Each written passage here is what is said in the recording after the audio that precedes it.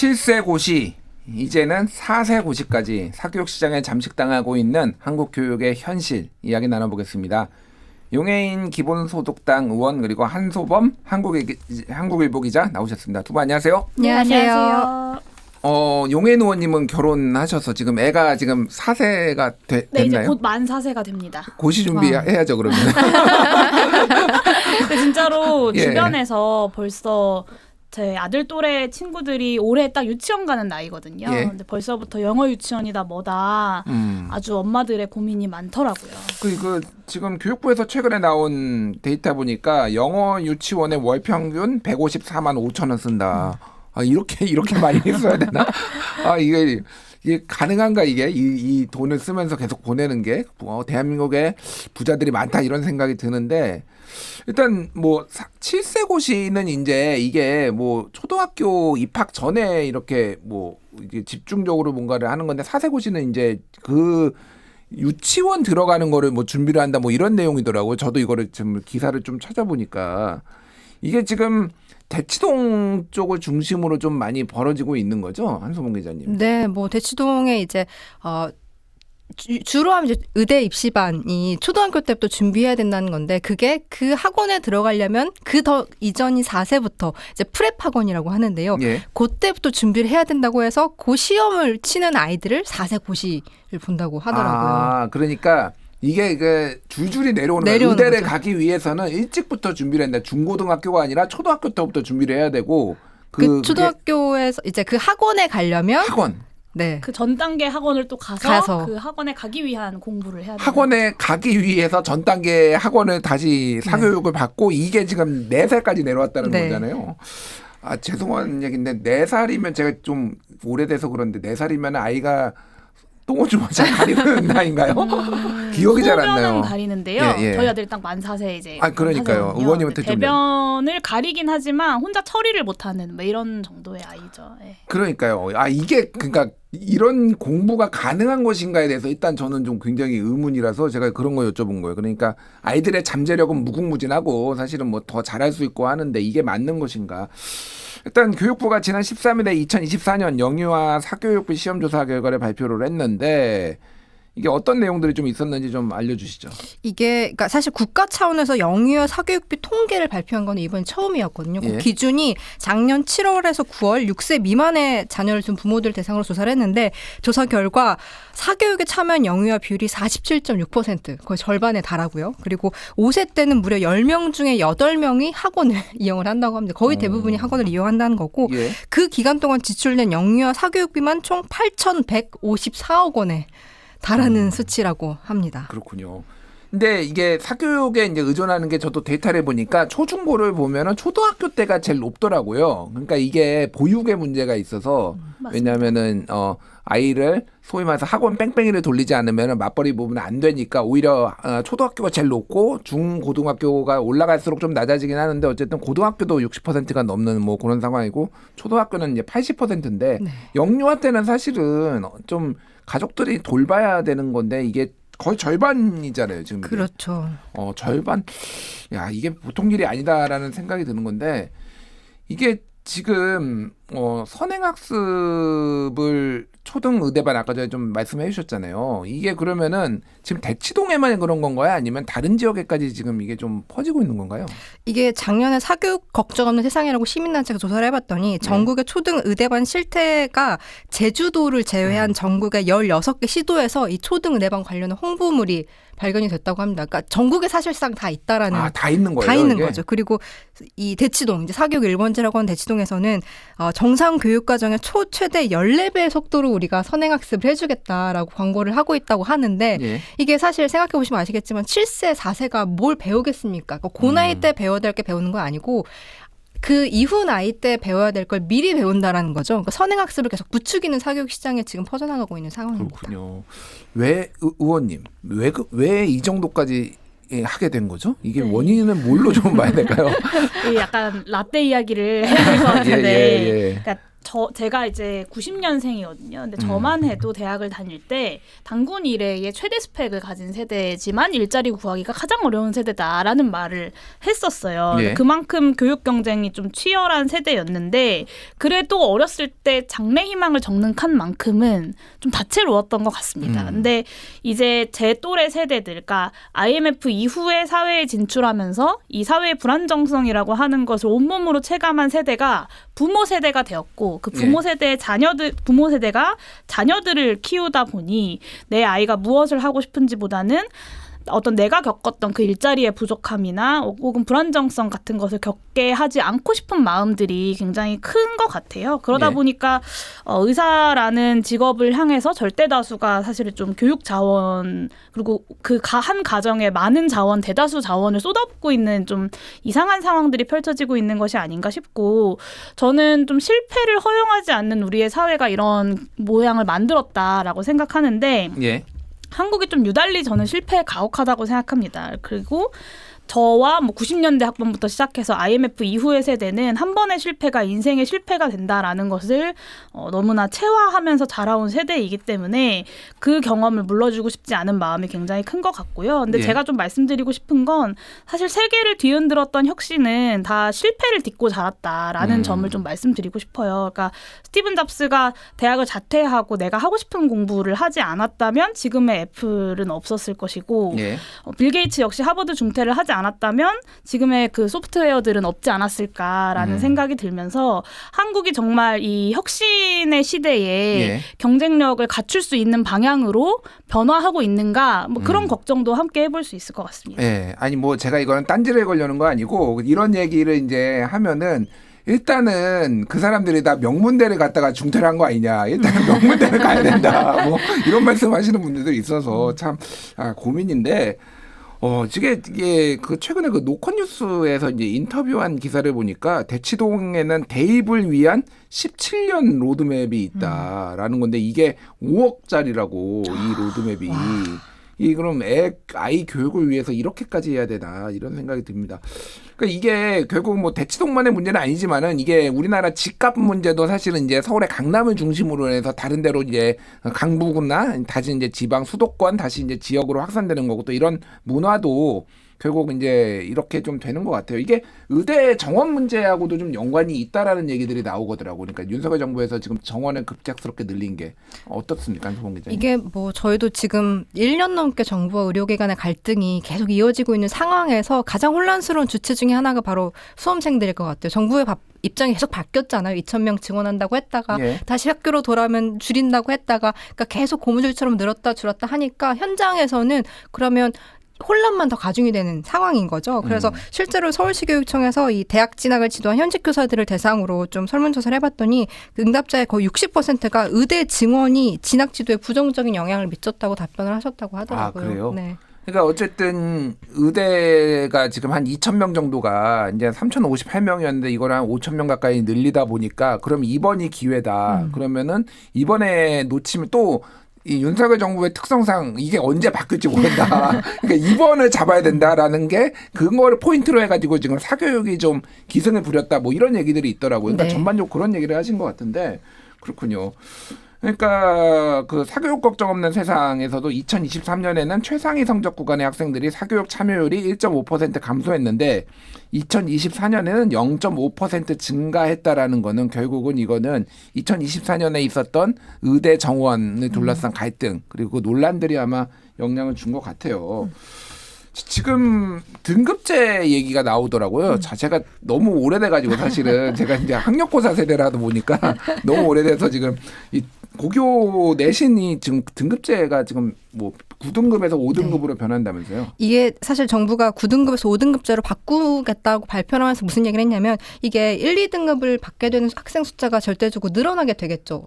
구간이 줄어드니까. 그러면 경쟁이 좀 완화되지 않겠습니까? 라는 거였는데 제가 생각을 해보면 100명 중에 4명을 뽑던 걸 100명 중에 10명을 뽑는다고 해서 10명에 들어가기 위한 경쟁이 완화가 될까요? 그러니까 사실은 4명에 들어가기 위한 경쟁이나 10명에 들어가기 위한 경쟁이나 결국에 똑같을 거라는 건 거죠. 그래서 특히 이제 학생들 학생부 전형이 중요해지게 될 텐데 이 상위권 대학을 진학하는 학생들은 여기서 조금만 밀려나도 1, 2등급 차이가 아니고 뭐 거의 4, 5등급 차이로 벌어지게 되는 거니까 요 네. 안에 들어가기 위한 경쟁이 더 치열해질 거라고 전문가들은 사실은 보고 있는 상황입니다. 그렇군요. 그러니까 윤석열 정부에서 의원님 굉장히 자신 있게 우리 윤석열 대통령께서 또 얘기를 하셨던 게 킬러 문항의 수능의 킬러 문항을 없애면은 사교육 시장이 좀 많이 줄어들 것이고 이런 뭐 불필요한 지출도 줄어들 거고 경쟁도 좀 약화될 거다라고 얘기를 했잖아요. 근데 이게 좀 전체적으로는 현실하고 좀 안 맞는 것 같아요. 지금 어떻게 보십니까? 그러니까 우리가 지금까지 나온 윤석열 정부의 교육 정책을 보면 의대 정원 확대하고 등급제 시행하겠다고 킬러 문항 관련된 이야기들이 있었잖아요. 네. 그리고 또 하나가 만 5세 입학이었어요. 이것들의 공통점이 뭐냐면 사회적으로 어떤 논의나 합의나 수기도 되지 않았는데 윤석열 정부가 일단 한번 던져보고 아님 말고 식으로 이제 접었던 거죠. 그러니까 교육 현장에서 부모들이 좀 계획을 세우고 혹은 학생들이 안정적으로 이제 계획을 세우고 움직일 수 있는 그런 조건도 불가능했을 뿐더러 백년지대계라고 하는 교육에 대한 철학과 방향성이 전혀 없었다라는 것을 좀 말씀드릴 수 있을 것 같고요. 예. 이 킬러 문항 관련돼서는 저는 좀 그런 느낌을 받았어요. 그러니까 구조를 바꾸겠다. 교육 문제 해결을 위해서 구조 개혁을 하겠다가 아니라 개개인들이 노력하면 극복할 수 있다라고 이야기를 하는 것 같다라는 그 인상을 좀 받았고 윤석열 정부 3년 동안의 교육 정책들을 좀 살펴보면 오히려 사교육 진흥 정책을 펼쳤다라는 점으로 이야기할 수 있을 것 같습니다. 킬러 문항 배제가 뭐 사교육을 없애기 위한 방향이라고 하지만 실제로는 그렇게 진행되지 않았습니다.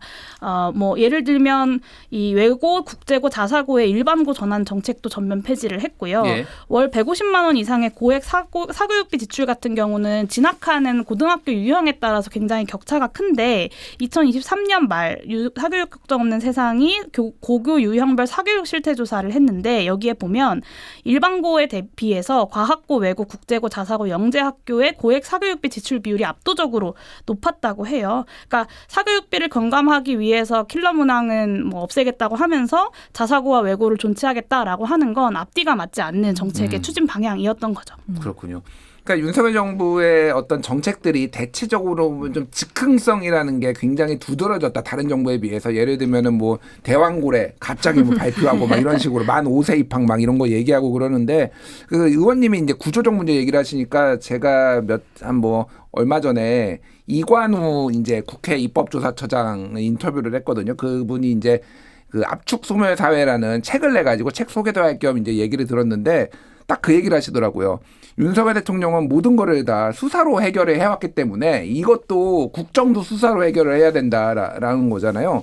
그러니까 결국은 킬러 문항도 학원들 수사로 결국 이어졌어요. 이게 그러니까 탈세 문제 그리고 이제 문제 유출, 문제는 심각하죠. 문제 유출을 대고 뭐 그러면 안 되긴 하지만은 결국은 이제 수사로 다 돼서 구조적 문제가 있습니다라고 뭐 밑에서 보고를 하면은 야 그럼 구조란 놈을 잡아와 뭐 이렇게 할 거다 이렇게 좀 농담식으로 얘기했는데 그대로 좀 맞아 떨어진 것 같아요 그게. 네, 그리고 또 한편으로는 그런 이야기도 있었잖아요. 그러니까 옛날에 교육과 관련된 수사를 많이 해봤기 때문에 말씀하신 것처럼 그렇게 많이 수사를 해봤기 때문에 교육 전문가다라는 이야기를 하고 있는 것처럼 정확하게는 조국 사태를 내가 수사해봤기 때문에 네. 입시 전문가다라고 얘기를 맞습니다. 했어요. 예, 예. 그러니까 이 어떤 자신이 잘 모르는 영역에 대해서도 과도한 자신감과 즉흥성을 가지고 정책을 펴왔던 것들이 뭐 한국의 경제뿐만 아니라 뭐 교육, 뭐 저출생, 뭐 여러 가지 방향에서 좀 많은 문제들을 낳았던 것이 아닌가 싶습니다. 알겠습니다.